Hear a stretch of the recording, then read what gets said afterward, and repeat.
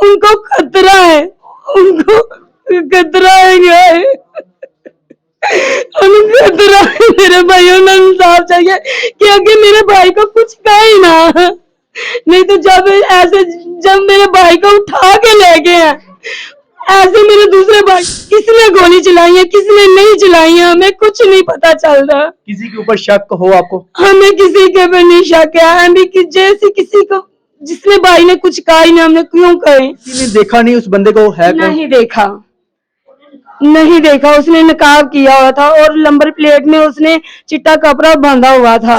میرے بھتیجوں کو نہ کچھ کر جائیں, ہمیں انصاف چاہیے, ہمیں کچھ نہیں چاہیے, کچھ نہیں چاہیے. وزیر اعظم سانو انصاف دے, سانو اور کچھ نہیں. وہ تو دونوں چلے گئے, جیسے میرے بھائی فوت ہوئے ایسے اسے بھی سزا دی جائے. نہیں تو ایسے کب جب اس کا دل کرے گا کہ کسی کو مار کے چلا جائے گا, اسی یہاں سے بہت روتی رہیں گے. السلام علیکم جی. اس ٹائم میں ایک ایسی متاثرہ فیملی کے ساتھ موجود ہوں جن کا بھائی دن دہاڑے 13 گولیاں مار کر قتل کر دیا جاتا ہے, جان سے مار دیا جاتا ہے. کیا دشمنی تھی, کیا معاملہ تھا, بات کرتے ہیں, ساری حقیقت جانتے ہیں. السلام علیکم.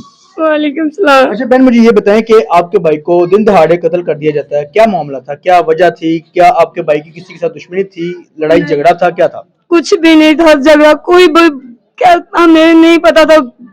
گھر کی بات باہر نہیں کرتے, گھر کی باہر اندر نہیں کرتے. بھابھی کو کچھ بھی پتا نہیں تھا, بھابھی اتنی معصوم تھی, کچھ بھی نہیں اس کو پتا.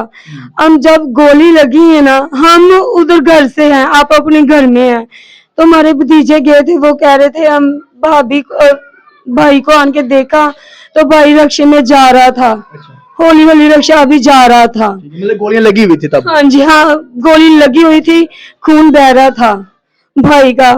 تو ہم دیکھا, ہم کو برداشت نہیں, ہم بھی بھاگ گئے ہیں. ہماری کزن اور میں دونوں بھاگ گئی ہیں. اور آگے ٹریفک ہے, اور ٹریفک کی وجہ سے کوئی مسئلہ آگے نہیں سے جا رہا تھا رکشہ. ہم نے اتر کے رکشہ تو مسد کیتی ہے, دور دور کیتی ہے یہ. ہم نے بھائی کو بھیجا, ایمبولینس بلائی, ایمبولینس نہیں جلدی آئی بھائی کو. بھائی جب ایمبولینس آئی ہے, ایمبولینس کے اوپر الٹایا تو بھائی کی ڈیتھ ہو چکی تھی. بھابھی کو اس نے کہا تھا ہمیں معاف کر دو اور کلمہ پڑھا ہے. اچھا آپ پنجابی میں بولیں, ایزی سے رہے گا. اچھا مجھے یہ بتائیں کہ وہ حویلی چی کی لین گیا سی؟ حویلی کی دودھ چونے گیا تھا بھابھی کے ساتھ. دودھ لین گیا سی؟ ہاں جی, بھابھی کے ساتھ دودھ لینے گیا تھا, اور وہ بیٹھ گیا تھا حویلی میں. بھابھی کو کہہ رہا تھا وہ نواز بھائی کو لے کے آؤ, نواز کو لینے آئی, نواز گھر نہیں تھا. تو وہ چلی گئی, راستے میں جا رہی تھی, تو چھوٹے بھتیجا نے کہا کہ طیب کو گولی لگ گئی ہے. بھابھی بھاگ کے گئی, اگر لیٹا ہوا تھا, تو وہ اس لیے سب دنیا کٹھی ہو گئی تھی. اچھا کسی نے دیکھا نہیں اس بندے کو ہے کون؟ نہیں دیکھا, اس نے نقاب کیا ہوا تھا اور نمبر پلیٹ میں اس نے چٹا کپڑا باندھا ہوا تھا. کس پہ آیا, کس پہ تھا؟ ہونڈے میں آیا تھا, سب کہہ رہے تھے ہونڈے میں ہے اور کپڑا باندھا ہوا.